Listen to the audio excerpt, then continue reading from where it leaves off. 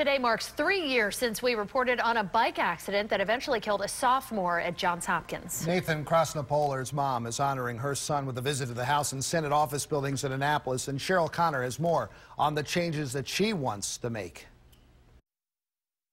Nathan Krasnopoler's mom has moved temporarily to Kansas, but the distance does not stop her from coming back to Annapolis to push for tougher laws for older drivers. Through her travels, Susan Cohen carries a picture of her 20-year-old son.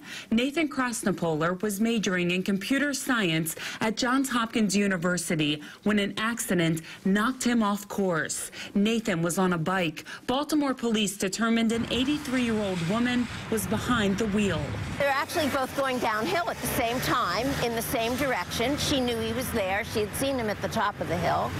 And she ended up making a turn without visibly locating him before crossing his lane. Nathan was trapped under her car, cutting off oxygen to his brain, sending him into a coma and killing him nearly 6 months later. After reading the police report, Cohen thinks all medical practitioners, not just doctors, should be able to make recommendations to the MVA. Probably a driver that could have benefited from maybe an occupational therapist looking at her visual issues. Cohen founded Americans for Older Driver Safety, helping others understand the risk factors of aging drivers, like merging onto a highway and changing lanes. She is working on statewide and national driving practices because on this day 3 years ago, Nathan's parents got the call that changed their course, their mission in life. I'm glad I'm here. I'm sure Nathan